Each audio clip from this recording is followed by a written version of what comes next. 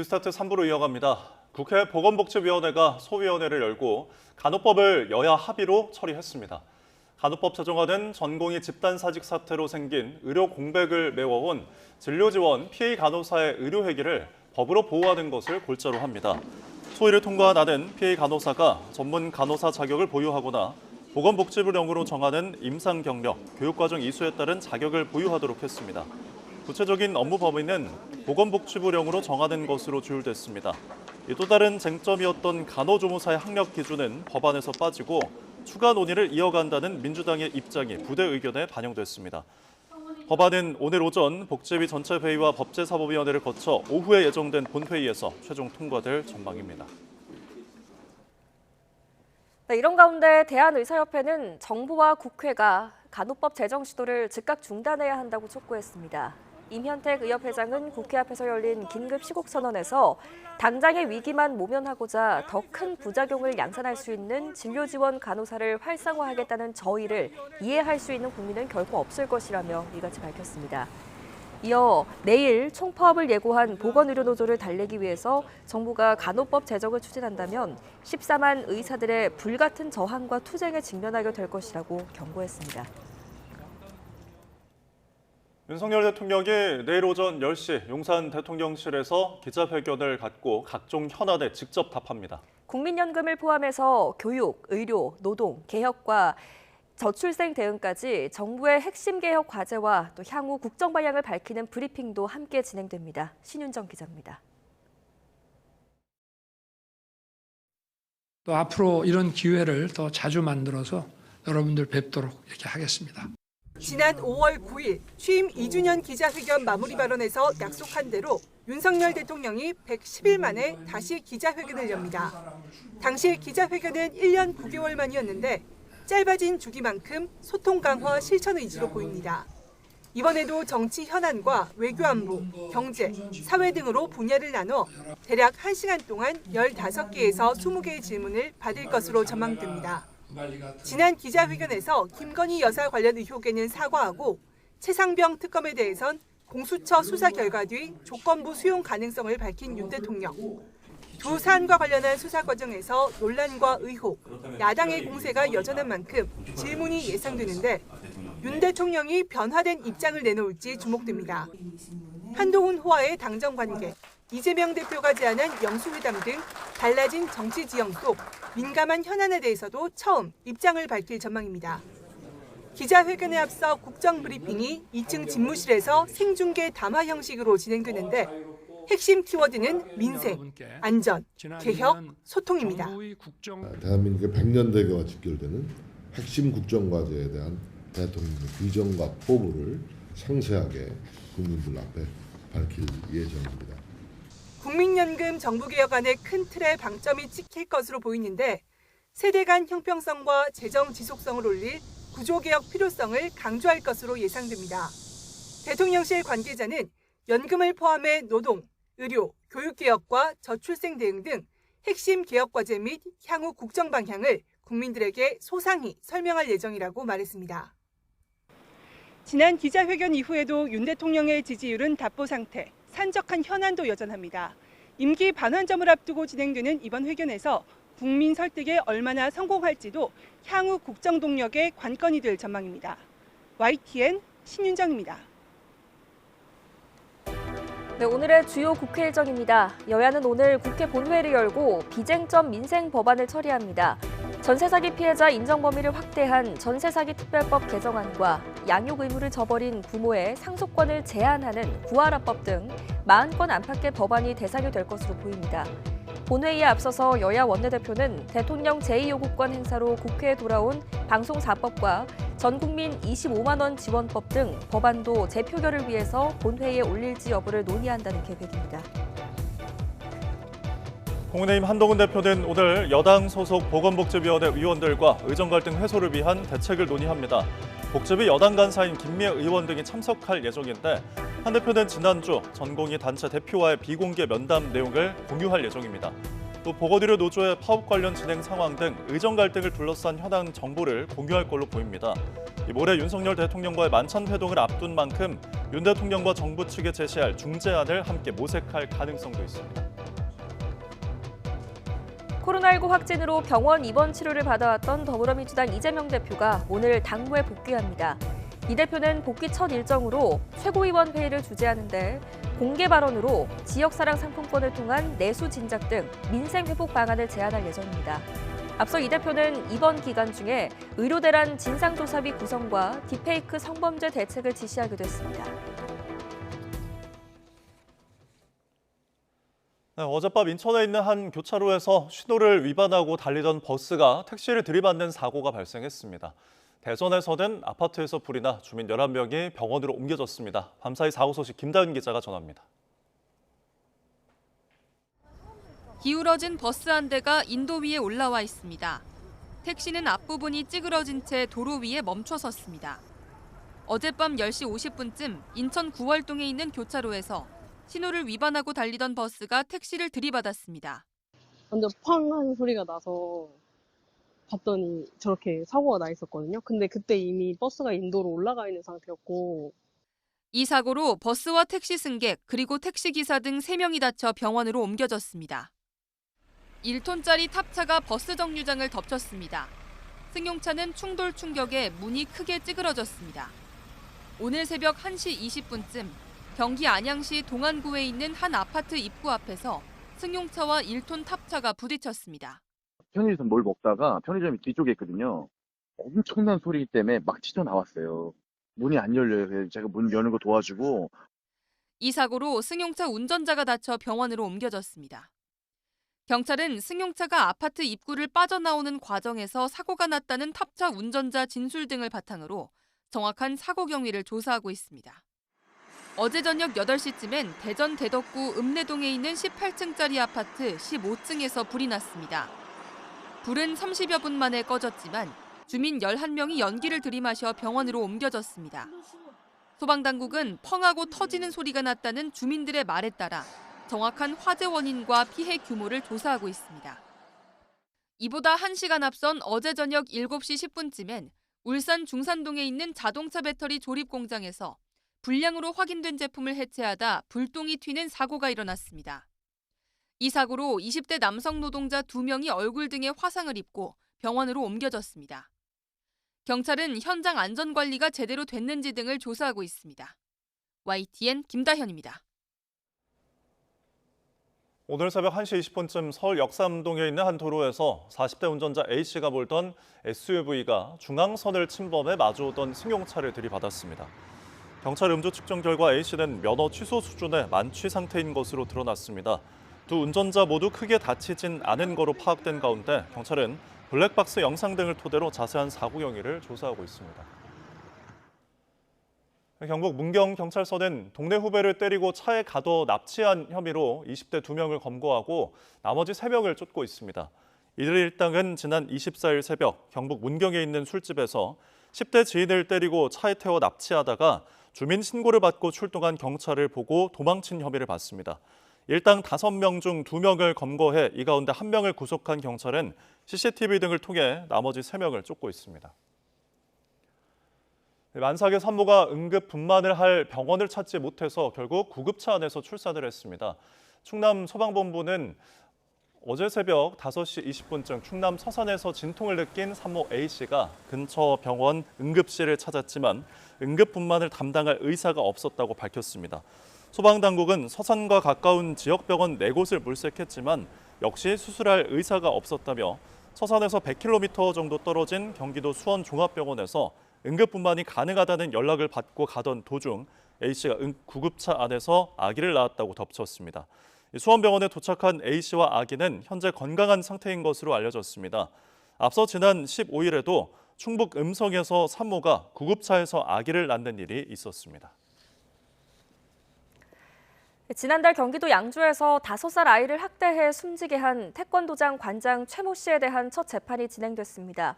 검찰은 최 씨가 피해 아동이 또래보다 체격이 작아서 충격에 취약한 것을 알았는데도 습관적으로 학대했고 당일에도 운동을 하기 싫다는 아이를 때리고 말아놓은 매트에 거꾸로 넣어서 방치해 사망에 이르게 했다고 설명했습니다. 최 씨 측은 전반적인 공소 사실은 인정하지만 법리적 인과관계나 미필적 고의에 대해서는 다툴 여지가 있다는 의견서를 제출한 것으로 파악됐습니다. 재판 도중에 유가족들이 아이를 죽여서 좋으냐며 최 씨를 향해 울분을 터뜨리자 최 씨는 피고인석에서 일어나 고개를 숙였고 변호인은 피고인을 대신해 사과한다고 말했습니다. 네, 유족이 당시의 CCTV 영상을 확인하면서 직접 기록한 내용을 YTN이 확보했습니다. 기록에는 관장이 아이를 폭행하고 괴롭힌 장면은 물론 주변의 다른 사범도 발버둥 치고 있는 아이를 도와주지 않았다는 내용이 담겼습니다. 정현우 기자가 단독 취재했습니다. 평소처럼 아이를 태권도장에 보냈다 영영 이별하게 된 가족들. 원통한 마음에 아이가 겪은 일을 명확히 밝히고자 CCTV 영상을 확인하고 당시 상황을 분초 단위로 기록했습니다. 지난달 12일 저녁 7시 4분 놀이방에 들어온 관장 최모 씨가 A군의 얼굴을 발로 차더니 손으로 얼굴을 때리려 했고 아이는 사색이 됐다고 CCTV를 본 가족들은 적었습니다. 관장은 곧이어 아이 상의를 잡아당기더니 다리 찢기를 반복했고 아이의 괴로운 얼굴이 보였다. 아이의 이마와 얼굴을 지속적으로 때리더니 등을 때린 데 이어 볼을 움켜쥐고 이마를 강하게 때렸다. 이후에도 때리고 또 때렸다며 초단위로 폭행이 이어졌다고 가족들은 적었습니다. 관장의 학대는 놀이방 밖에서도 이어졌다고 가족들은 말합니다. 아이 손을 잡고 돌려서 다른 아이와 부딪히게 하곤 세워져 있던 매트에 아이를 매달리게 했다. 아이가 떨어지자 뒤집어서 매트에 발등을 걸어놓더니 잠시 후 돌돌 말린 매트에 아이를 머리부터 넣었다고 가족들은 당시 상황을 전했습니다. 가족들은 아이가 심하게 발버둥치며 고통을 호소했지만 도와주는 사람은 없었다고 말합니다. 그 사이 아이는 매트 안쪽으로 더 깊숙이 들어가기 시작해 결국 다리가 보이지 않을 정도가 됐습니다. 하지만 옆에 있던 보조 사범은 간혹 아이의 상태만 확인했을 뿐 적극적으로 구호 조치를 하는 모습은 볼 수 없었다고 가족들은 지적합니다. 아이를 매트에 넣은 건 CCTV 기록상 저녁 7시 9분 22초. 아이를 꺼내기 시작한 건 그로부터 27분 정도가 흐른 저녁 7시 36분 4초였습니다. 아이 얼굴이 파랗게 변한 상태에서 인공호흡을 했지만 소용없었습니다. 병원으로 옮겨진 아이는 결국 11일 만에 숨졌습니다. 유가족들은 구속 상태로 재판에 넘겨진 관장 최 씨는 물론 태권도장 사범들 역시 학대 행위를 방관한 것으로 확인됐다며 형사 고소하겠다는 입장을 밝혔습니다. YTN 정윤우입니다. 지난주 부천 호텔에서 불이 났을 때 완강기를 타고 탈출한 숙박객은 없었는데요. 간단하고 안전한 탈출 도구지만 사용법을 잘 모른다면 다급한 화재 현장에서 이용하기 어려울 수도 있습니다. 양동훈 기자가 완강기를 직접 타면서 설명해드립니다. 부천에 있는 호텔에서 불이 난 곳은 8층의 한 객실. 희생자도 대부분 8층과 9층에서 나왔습니다. 법적으로 완강기는 3층에서 10층까지 설치하게 돼 있고 사고 건물에도 설치돼 있었지만 이번 화재 당시 이용한 사람은 아무도 없었습니다. 만약 불이 난다면 자신 있게 완강기를 사용할 수 있는 사람은 얼마나 될까? 완강기가 뭔지는 알지만 정확한 사용 방법을 아는 경우는 드물었습니다. 네, 완강기를 사실 집에 어디 있는지도 모르고 그리고 이용 방법도 정확히는 몰라서 아마 그 화재 같은 거 났을 때 대피하기는 조금 어려울 것 같아요. 하지만 완강기 사용법은 생각보다 간단합니다. 완강기 함을 열면 속도 조절기, 가슴 벨트, 릴이라고 불리는 세 가지 구성품이 나옵니다. 속도 조절기에 달린 고리를 지지대와 연결하고 잠금 장치를 돌려 단단하게 채워준 뒤 지지대를 창 바깥쪽으로 밀어줍니다. 돌돌 말려있는 릴은 창 밖으로 던지면 되는데 장애물에 걸리거나 지나가는 사람이 맞지 않도록 주의해야 합니다. 가슴 벨트는 이렇게 겨드랑이 바로 아래 가슴에 착용하고 빠지지 않도록 끈을 꽉 조여줍니다. 여기까지가 하강 준비 단계인데 전문가가 아니라도 1분 안에 충분히 마칠 수 있습니다. 이곳은 약 6m, 아파트 3층 정도 높이인데요. 안전하게 대피할 수 있는지 제가 직접 내려가 보겠습니다. 양팔은 W자 모양으로 벌리고 벽에 손을 대고 미끄러지듯 내려갑니다. 혹시 장애물이 있으면 팔을 살짝 밀어 피해가면 됩니다. 속도 조절기 덕분에 빨리 떨어지지 않기 때문에 차분하게만 내려오면 안전하게 대피할 수 있습니다. 그리고 완강기 한번 열어보시고요. 그 안에 구성물품이 다 있는지, 그리고 지지대가 흔들리지 않는지 평소에 잘 확인하시는 습관 있었으면 좋겠습니다. 지역별로 있는 소방당국이 운영하는 안전체험관에서는 무료로 완강기를 체험해보고 재난 시 다양한 대처 방법도 배울 수 있습니다. YTN 양동훈입니다.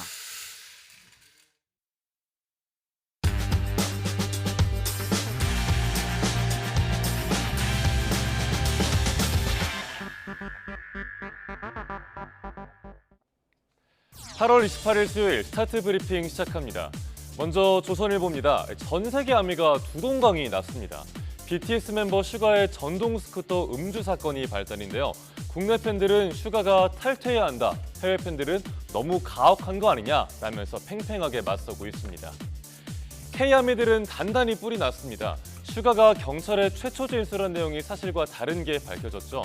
BTS와 아미의 명예에 먹칠을 했다면서 탈퇴해야 한다는 여론이 높습니다. 반면 해외 아미들은 슈가가 가혹한 마녀 사냥을 당했다는 입장입니다. 한국에 대한 호감이 사라져서 갈 마음이 없다, 또 한국에 대한 신뢰를 잃었다는 반응도 나왔습니다. 세계 최고 아티스트 대우가 이럴 수는 없다면서 SNS에서 한국 경찰은 부패했다는 해시태그를 올리는 운동도 진행 중이라고 합니다. BTS를 세계 정상에 올려놨던 견고한 팬덤이 분열된 상황, 어떻게 봐야 할까요? 한국에선 유명인에 대한 도덕적 잣대가 비교적 높죠. 하지만 세계 각국의 팬들은 이런 상황을 이해하기 어려워합니다. 즉, 문화적인 차이 때문이라고 신문은 분석하고 있습니다. 다음 국민일보입니다. 아파트 값의 빈부격차가 점점 심해지고 있습니다. 비싼 곳은 더 오르고 싼 곳은 더 떨어지고 있는데요. 아파트가 26억 원은 돼야 서울 상위 20%에 들어갈 수 있을 정도라고 합니다. 아파트값 5분위 배율이라는 게 있습니다. 쉽게 말하면 이 배율이 높을수록 가격 격차가 크다는 뜻인데 이 숫자가 역대 최대를 찍었습니다. 이번 달 기준 서울 아파트값 5분위 배율은 5.27입니다. 상위 20%의 아파트값이 하위 20%보다 5.27배 비쌌다는 얘기입니다. 전국으로 보면 10.67인데요. 역시 역대 최고치입니다. 원인은 좀 복합적입니다. 계층 간의 소득과 자산이 양극화됐고 수도권과 지방의 양극화도 심해졌죠. 또 똘똘한 한 채 선호 현상도 이런 현상에 한몫했다는 분석입니다. 집값 격차가 커지면서 자산의 격차도 벌어지고 있는데요. 이 내용은 잠시 뒤에 경제 전문가 모시고 자세히 전해드리겠습니다. 이번엔 중앙일보 보겠습니다. 2만 원짜리 치킨 한 마리 팔면 자영업자에게 얼마나 남을까요? 놀랍게도 3천 원 남습니다. 배달앱들은 6천 원, 2배를 가져갑니다. 치킨을 팔수록 배달 앱만 이익을 본다면서 가맹업계가 자체 앱으로 승부수를 띄웠습니다. 배달의 민족이 중개 수수료를 올리면서 자영업자들의 불만은 거세지고 있습니다. 앱으로 포장 주문을 한 고객들에게 다음번엔 매장으로 전화를 해달라는 사장님들의 마음이 이해가 갑니다. 치킨 가맹업계는 자사 앱 주문 활성화 전략을 내세웠습니다. 각종 할인 혜택이나 쿠폰을 줘서 소비자들을 유도하고 있는데요. 다만 아직은 대부분의 소비자들이 배달 앱 주문에 익숙하기 때문에 한계가 있다는 지적도 나옵니다. 정부도 영세 소상공인에게 현금으로 배달비를 지원하겠다고 하는데요. 하지만 단순한 현금 지원으로는 효과가 없을 거라는 전문가의 지적도 신문은 함께 전하고 있습니다. 다음 한겨레 신문입니다. 세계 최고라 불리는 인천국제공항, 올해 10월이면 4단계 확장 구간이 문을 엽니다. 그런데 이런 화려한 현실 뒤에 초고강도로 일하는 청소 노동자들이 있다는 다소 어두운 현실을 꼬집은 기사입니다. 인천공항 청소 노동자들은 일하는 동안 하루에 평균 2만 보가 넘게 걷는다고 합니다. 인천공항이 좀 넓습니까? 공항 곳곳을 쉬지 않고 돌아다녀야 하기 때문이겠죠. 화장실 청소 노동자들은 몸이 성하기가 어렵다고 하는데요. 목부터 손, 허리, 다리를 모두 굽힌 채로 장시간을 일하다 보니 97%가 관절통을 겪을 정도라고 하네요. 안 그래도 일이 고되고 힘든데 정원보다 10% 부족한 인원이 일하고 있습니다. 신입사원을 뽑아도 업무 강도가 높아서 절반가량은 못 버티고 떠난다고 합니다. 이런 상황에서 공항이 더 넓어지는 거죠. 250명분의 일이 늘어날 예정인데 인력 충원 계획은 아직 없는 상황입니다. 노조는 이대로라면 우리더러 죽으라는 거라면서 이미 2차례 경고 파업을 했습니다. 인력 충원이 제대로 이루어지지 않으면 이들은 추가 파업에 나선다는 입장입니다. 마지막으로 동아일보 보겠습니다. 분노나 좌절, 스트레스, 무력감 같은 감정 자주 느끼시나요? 이런 질문을 했더니 좀 슬픈 응답 결과가 나왔습니다. 우리나라 국민의 절반은 장기적인 울분 상태에 놓여 있다고 합니다. 9.3%는 심각한 수준의 울분을 겪는다고 답했습니다. 이들 중 60%는 극단적 선택을 생각한 적이 있다고 했고요. 연령대별로 살펴보면 특히 30대가 강한 울분을 느낀다고 합니다. 세상이 공정하다고 믿을수록 울분을 적게 느낀다고 하는데 우리나라 2030 세대는 공정하다는 믿음이 가장 낮았습니다. 또 자살과 관련한 조사 결과도 나왔는데요. 자살 사망자의 97%는 경고 신호를 보내지만 이를 알아챈 비율은 24%에 불과했습니다. 전문가들은 우리 사회가 전체적으로 울분과 우울이 높아진 상황이라고 분석합니다. 장기적인 울분이 해소가 되지 못하면 자살 등의 사회적 문제도 더 커지고 번지겠죠. 신문은 주변 사람들을 살필 수 있도록 유도하는 정책적인 노력이 필요하다는 지적도 함께 전하고 있습니다. 8월 28일 아침 신문 살펴봤습니다. 지금까지 스타트 브리핑이었습니다.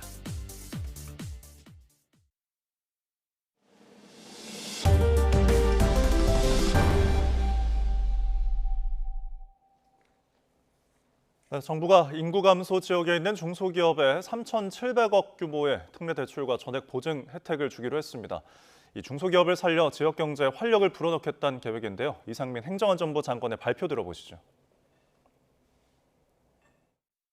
특례 보증을 활용하면 중소기업은 3% 미만의 낮은 금리로 필요한 자금을 대출받을 수 있게 되어서 고금리로 자금 조달에 어려움을 겪고 있는 중소기업의 부담이 조금이나마 줄어들 것으로 기대하고 있습니다.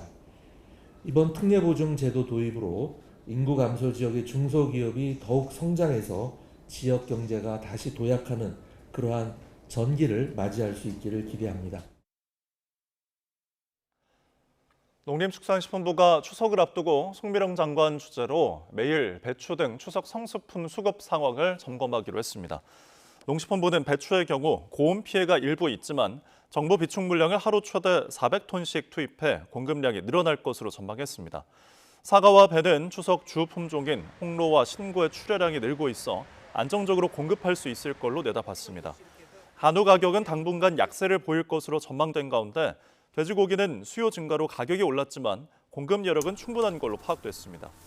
농식품부 관계자는 폭염으로 시금치 등 일부 채소류가 당분간 높은 가격을 유지할 것으로 보여 대체 작물 등을 적극적으로 알려나갈 계획이라고 밝혔습니다. 이어서 오늘의 경제 일정입니다. 통계청이 지난 6월 기준 인구 동향을 발표합니다. 여성 1명이 평생 낳을 걸로 예상되는 자녀 수인 합계 출산율은 지난 1분기 0.76명을 기록했는데 2분기에는 어떤 결과가 나올지 주목됩니다. 방송통신심의위원회가 오늘 전체 회의를 열고 딥페이크 음란물 제작 유포 사태에 대한 대책을 확정합니다. 딥페이크 피해 신고 배너를 홈페이지에 만들고 점검 인력을 2배로 보강하는 방안 등이 담길 것으로 보입니다. 현대자동차는 오늘 오후 서울 여의도 콘레드 호텔에서 향후 사업 전략 등을 설명하는 CEO 인베스터데이 2024를 개최합니다. 주요 경영 전략과 재무 건전성 목표 등을 설명할 예정인데요. 수소차와 전기차 등에 대한 장기 투자 전략도 공개될지 주목됩니다.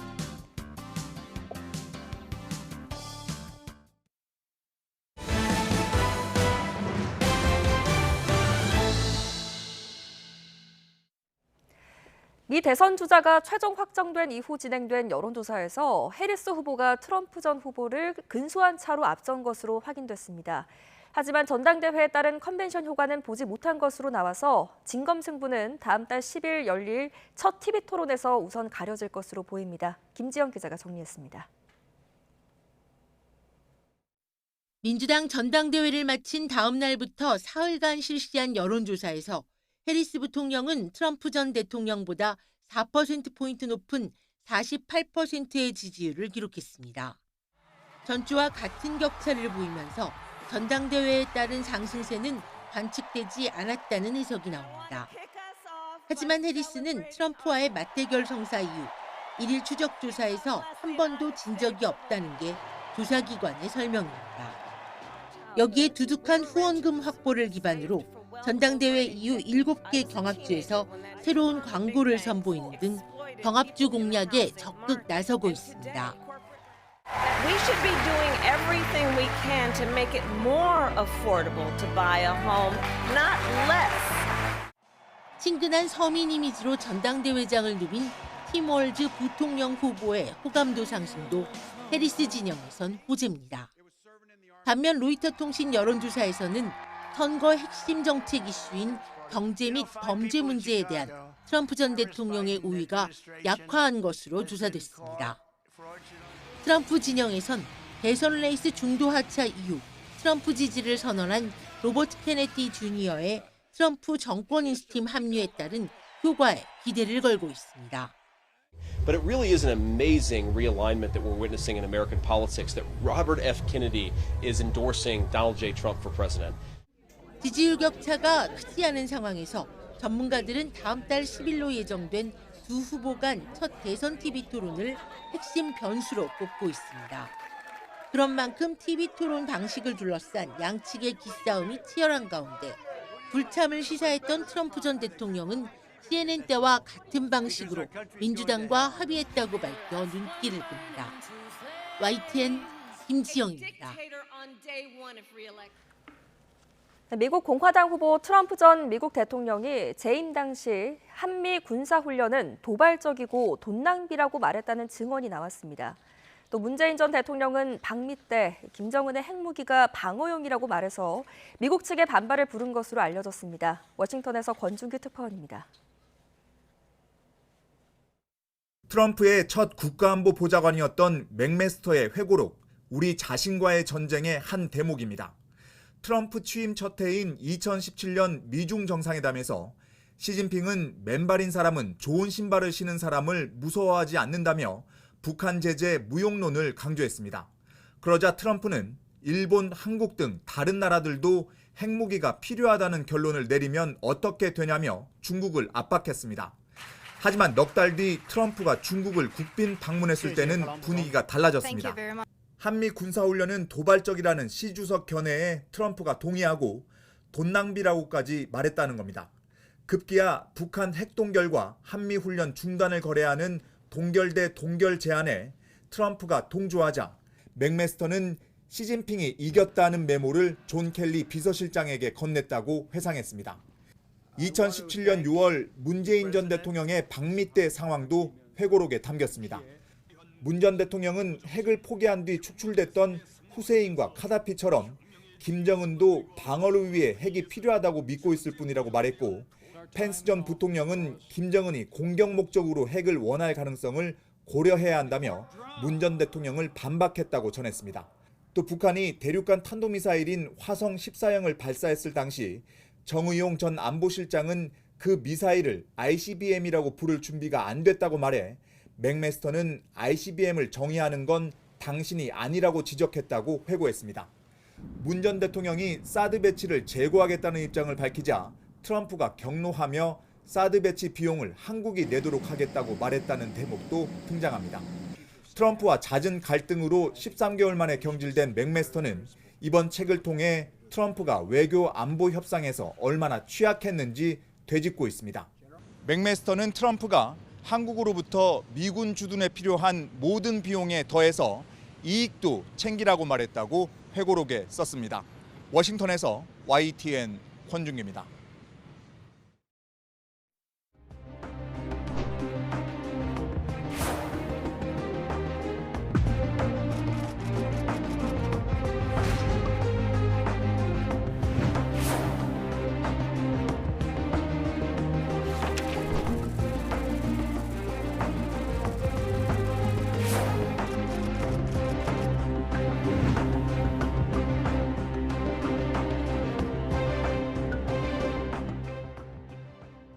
최신 경제 소식을 빠르고 친절하게 전해드립니다. 스타트 경제, 오늘은 석병훈 이화여대 경제학과 교수와 함께하겠습니다. 교수님 어서 오십시오. 안녕하십니까. 네, 어서 오십시오.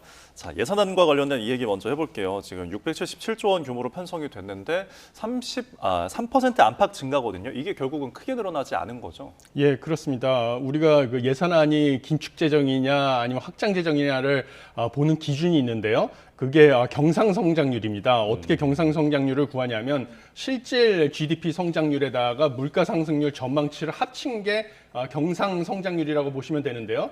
내년에 한국은행에서 전망한 실질 GDP 성장률은 2.1%, 물가상승률 전망치는 2.1%입니다. 두 개를 더하면 경상성장률 전망치가 4.2%인데 이번에 총 지출 증가율이 3.2%니까 경상성장률보다 낮은 수치라서 이것은 내년에 한국 경제에서 정부 부분이 차지하는 비중이 줄어드는 것을 뜻하고요. 그래서 이것을 긴축 재정이라고 보시면 되겠습니다. 네.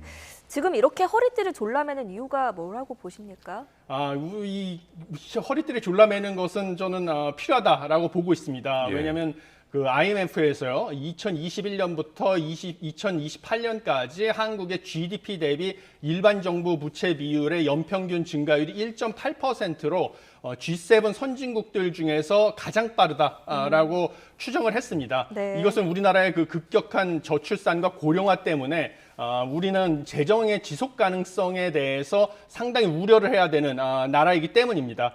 그리고 이 코로나19 위기 극복 과정에서 정부 부채를 상당히 많이 재정 지출을 늘리면서 정부 부채가 많이 늘어났거든요. 그래서 이것을 줄이는 정상화 과정이 필요하기 때문에 이를 위해서는 불가피하게 당분간 긴축 재정을 운영할 필요가 있다 이렇게 보고 있습니다. 결국은 뭐 허리띠를 졸라매면서 이제 정부는 구조조정을 했지만 쓸 때는 쓰겠다라는 것을 강조를 했거든요. 어떻게 보시나요? 그렇습니다. 그러기 위해서 비효율적인 사업을 축소해가지고 이번에 한 24억 원 넘는 24억 원 정도 되는 역대 최대 규모로 예산의 구조조정을 했다고 밝혔습니다. 그래서 이것이 저는 상당히 바람직하다라고 보고 있습니다. 왜냐하면 정부가 재정의 지속 가능성을 고려해서요. 정부 부채 늘리는 것을 최소화하면서 효율적으로 재정을 활용해서 최소 비용으로 최대 효과를 달성하고자 했기 때문입니다. 왜냐하면 일반 국민들도요. 물건 하나 사려고 할 때 인터넷을 보고 뭐 제품의 구매 후기도 보고요. 여러 가지 인터넷 쇼핑몰이나 여러 가게를 돌아다니면서 가장 좋은 제품을 가장 싼 가격에 사고자 노력을 합니다. 그런데 제가 뭐 여러 가지 법안 관련이나 예산안 관련해서 공청회의 전문가로 진술하려고 출석을 해보면요. 이 정부 예산 같은 것도 국민의 혈세인데 이거 자신의 돈이 아니라고 그거 가지고 이제 선심 쓰듯이 막 이렇게 내지르는 뭐 정치인이라든지 다른 전문가들을 많이 봤거든요. 그런데 이것을 갖다가 국민의 혈세이기 때문에 국민들이 자기 물건 사듯이 최소 비용으로 최대 효과를 달성하는 방식으로 사용하는 거. 이렇게 비효율적인 사업 정리해가지고 구조조정을 통해서 정부비 늘리지 않으면서 쓰는 것은 바람직한 방식이다라고 보고 있습니다. 그러면 당분간은 이런 긴축재정 운용이 자리를 잡았다라고 볼 수 있을까요? 그렇게 하는 것이 불가피하다. 저는 그리고 자리를 잡았다라고 보고 있습니다. 왜냐하면 이번에 그 발표한 정부 국가재정 운용 계획에 따르면요. 2028년까지 재정 지출 연평균 증가율이 3.6%다라고 나와 있습니다. 이것은 우리나라의 잠재 성장률 2%에다가요. 한국은행의 물가 안정 목표인 2% 물가 상승률을 더하면 이게 4%거든요. 이거보다 낮은 수치이기 때문에 2028년까지는 이게 건전 재정, 내지 긴축 재정의 기조가 지속될 것이다라고 보고 있습니다. 참 이런 수백조 예산들이 적재적소에 잘 쓰이면 좋겠다는 생각이 먼저 앞섭니다. 자, 다음 주제 넘어가서 이창용 한은 총재가 어제 발표를 한 것이 좀 굉장히 주목을 받고 있습니다. 세간에 강남 부동산 불패 신화의 근본적인 원인이 결국에는 과도한 과열된 이런 입시 경쟁 때문이다라는 건데 상위권 진학 대학에 대해서 지역 할당이란 다소 좀 파격적인 제안을 했더라고요. 그렇습니다. 지금 뭐 강남 부동산 불패 신화의 근본적인 원인으로 입시 경쟁을 지적을 하면서 이제 지역 할당제를 좀 확대를 하자 상위권 대학에서 이렇게 파격적인 제안을 했는데요. 사실 이게 현실적으로 실현 가능성이 저는 개인적으로 봤을 때는 어렵지 않나 이렇게 보고 있습니다. 그렇지만 발표 자체는 상당히 흥미롭게 봤고요. 그다음에 한국은행이 우수한 인력을 보유한 연구 능력을 가지고 있는 기관으로서 여러 사회 현안에 대해서 이렇게 연구를 하고 결과를 발표해서 좀 정부가 나아갈 방향을 제시하는 것은 필요하다라고 보고 있습니다. 그런데 제가 어렵다고 생각하는 이유는 사실 이 입시 제도라는 것이 현재 학교를 다니고 있는 재학생, 그다음에 각 명문 대학교들의 동문들 그다음에 입시를 준비하는 수험생의 학부모들 등 다양한 이해관계자들이 얽혀져 있는 것이기 때문에요. 단순히 대학 교수들의 결단만 가지고 바꿀 수 있는 게 아니기 때문입니다. 예, 그리고 그다음에 강남불패라고 하는 이 부동산 가격 역시요. 입지에 의해서 결정이 되는데 입지 중에 중요한 것이 또 교육 여건이죠. 그런데 교육 여건뿐만 아니라 일자리로서의 접근성, 그다음에 여러 사회 기반 시설, 편의 시설들로의 접근성도 부동산 가격을 결정하는 요소들입니다. 예. 그래서 교육뿐만 아니라 일자리 역시 중요하기 때문에 단순히 입시 제도만 바꾸는 거 가지고 서울이나 강남의 집값을 잡는 데는 한계가 있지 않나 이렇게 보고 있습니다. 네, 또 이창용 총재가 이런 말도 했더라고요. 대학별 지역 할당제가 금리를 조정하는 것보다 이 수도권 부동산 가격을 더 효과적으로 안정시킬 수 있을 것이다 이렇게 말을 했던데 이거에 대해서는 어떻게 좀 보십니까? 예, 그것도 이제 금리 조정만 가지고 수도권 부동산 가격을 안정시키는데 한계가 있다는 지적에는 저도 동의를 합니다. 네. 그렇지만 입시 제도를 바꾸는 것만 가지고 더 효과적이지는 사실 뭐 더 추가적인 연구가 있어야 된다고 예. 저 보고 있지만요. 무엇보다 이번에 한국은행에서 제시한 논문 지역 할당제를 가지고 수도권 부동산 가격을 잡기 위해서는요. 입시 제도 중에서도요. 지역 할당제에다가 수시 전형이 합쳐져야만 서울에 특히 강남의 부동산 가격을 잡을 수 있다고 봅니다. 왜냐하면 현재도요. 지방에 있는 학생들 중에서 정시를 통해서 대학에 가려고자 하는 학생들은 주말에 KTX를 타고 대치동에 와서 수학능력 시험 대비 학원을 다니고 있는 상황입니다. 네. 만약에 수시를 통해서 대학을 갈 수 있는 지역 할당제로 전면적으로 확대를 하게 되면 이제 내신을 대비하려면 지역에 있는 학원을 가게 되거든요. 예. 강남에 이제 대치동까지 올 필요가 없이 방학이나 뭐 주말에요. 그러니까 이제 수시 확대와 지역 할당제가 합쳐져야만 뭔가 강남의 집값이 잡히는 이런 효과가 있다고 보고요. 그것뿐만 아니라 입시 제도만 바꾸게 되면 결국은 가장은 일자리가 많은 수도권에서 그대로 회사에 다니고 예. 보호자와 학생들만 지방에 가서 가족이 이산가족처럼 떨어져 살아야 되는 상황이기 때문에 국민들의 삶의 질은 떨어질 수가 있습니다. 그러니까 예. 결국은 입시 제도와 변경과 교육 제도 변경뿐만 아니라 일자리가 지방으로 분산되는 것이 같이 와야지만 국민의 삶의 질이 향상될 수 있다 이렇게 보고 있습니다. 네, 근본적인 해결 방안까지는 조금 더 다소 연구를 봐야 된다라는 의견이셨는데 이 하는 분석 결과 좀 더 보면은 결국 아이의 잠재력이 부모의 경제력이나 혹은 거주 지역에 따라서 조금 대학의 진학을 좌우한다라는 결과거든요. 좀 새로운 맹모 삼천지교가 생각나는 어떤 조사 결과인데 이 부분을 좀 더 짚어주실까요? 예, 그렇습니다. 참 안타까운 현실이 이죠. 예. 네. 그리고 이거는 뭐 항상 이 맹모 삼천지교라는 말이 나왔을 때처럼 뭐 과거부터 있어 왔다라고 볼 수가 있습니다. 근데 이번에 그 보고서를 저도 봤는데요. 예. 보고서에 보면 사실 부모의 경제력이 차지하는 부분이 뭐 75%고요. 아이의 그 입시 결과에서 25%가 잠재력으로 설명이 된다. 그리고 잠재력을 측정한 방식이 뭐 중학교 시절에 그 수학 그 점수, 시험 점수로 잠재력을 봤죠. 잠재력을 예. 추정을 했는데 결국은 부모의 경제력이라는 부분이 부모의 또 잠재력, 지능하고도 또 상당한 상관관계가 크다. 왜냐하면 지능이 높은 부모가 경제력도 결국은 이제 높아지는 경향이 있기 때문이죠. 예. 근데 문제는 같은 지능을 가지고 있는 학생들 중에서도 좋은 지역에 사는 학생들이 여러 가지 이유, 그 중에는 사교육을 많이 받았을 수도 있고요. 또 우수한 주변에 있는 학생들, 열심히 공부한 학생들을 보고 자기도 같이 열심히 공부를 해서 뭔가 좋은 결과를 얻었을 가능성도 있고, 뭐 이런 여러 가지 이유로 인해서 입시 결과가 좋았다라는 지금 결과가 나왔습니다.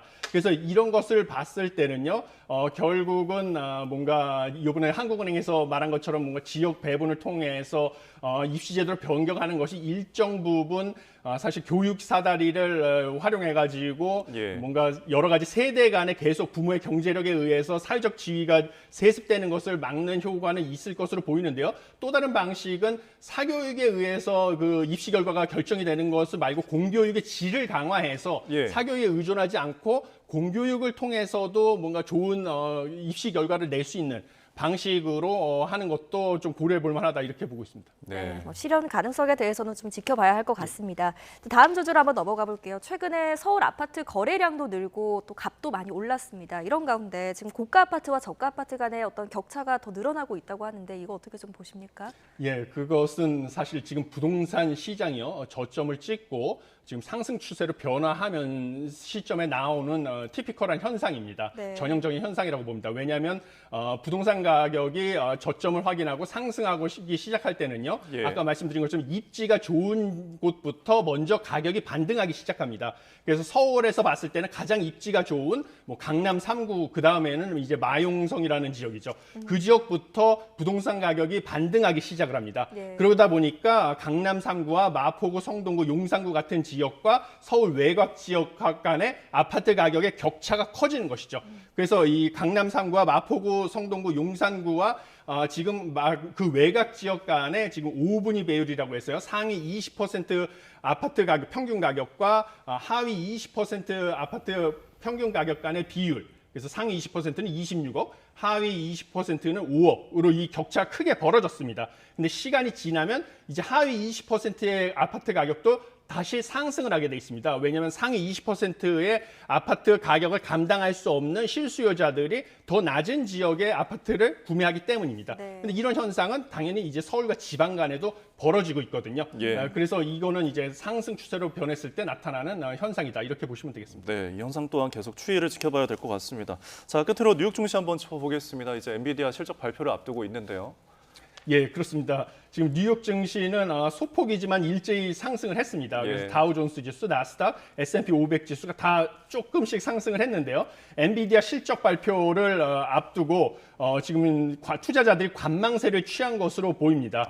그래서 장마감 직후에 발표되는 엔비디아 실적에 촉각을 세우고 있는데요. 엔비디아가 지난 분기 매출이 287억 달러, 그다음에 주당 순이익은 0.65달러를 기록할 것으로 예상하고 있습니다. 예. 네, 알겠습니다. 오늘 여기까지 듣겠습니다. 교수님 잘 들었습니다. 고맙습니다.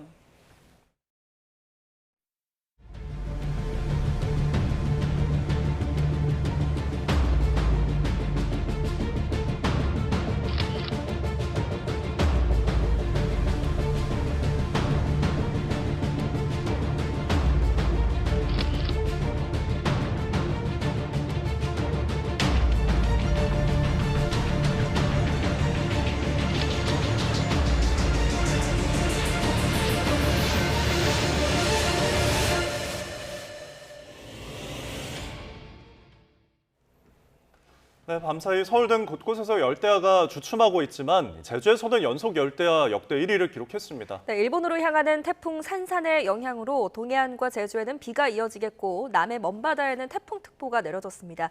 자세한 날씨 알아봅니다. 원희다 캐스터.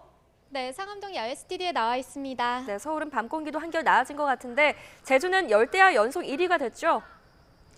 네, 맞습니다. 우선 서울과 파주 등 내륙 곳곳에서 25도를 밑돌며 열대야가 주춤했습니다. 대기 상층에서 찬 공기가 남아있기 때문인데요. 하지만 제주도는 44일 연속 열대야가 나타났습니다. 선선함이 감도는 출근길을 뒤로 하고 낮 동안에는 33도 안팎의 무더위가 나타나겠습니다. 지난 밤사이 남해안과 제주도를 중심으로 열대야가 나타났습니다.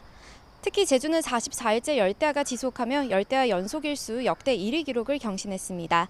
한낮에는 영동과 경북 북동부를 제외하고 폭염특보가 이어지는 가운데 서울 33도, 광주와 대구 32도까지 올라 어제보다 많게는 5도가량 높겠습니다. 태풍 산산의 영향으로 일본은 비상인데요. 우리나라는 영향이 있을까요? 네, 태풍 산산은 이번 주 후반 일본을 관통하겠지만 우리나라에 직접적인 영향을 주진 않겠습니다. 하지만 동해안과 제주도에는 동풍이 불어들며 비가 내리겠는데요. 현재 레이더 화면을 보면 제주 산간에는 호우경보가 내려진 가운데 빗줄기가 강해졌다 약해지기를 반복하고 있습니다. 내일까지 제주 산간에 100mm 이상, 모레까지 영동과 영남에 최고 60에서 80mm의 비가 예상되고요. 호남 지방에도 오늘 오후 한때 비가 내리겠습니다. 한편 남해 동부 먼바다에는 오늘 오전 9시를 기해 태풍특보가 발효되겠습니다. 또 그 밖에 해상과 해안가에도 초속 15에서 20m 안팎의 강한 바람이 불겠고 너울성 파도도 높게 일겠습니다. 제주도는 내일까지, 동해안은 모레까지 비가 이어지겠고 곳에 따라 벼락과 돌풍을 동반한 시간당 20mm 안팎의 강한 비가 집중되겠습니다. 이 지역에 계신 분들은 시설물 관리와 안전사고에 각별히 유의하시기 바랍니다. 지금까지 YTN 원희다입니다. 이상으로 뉴스타트를 마칩니다. 시청해주셔서 고맙습니다.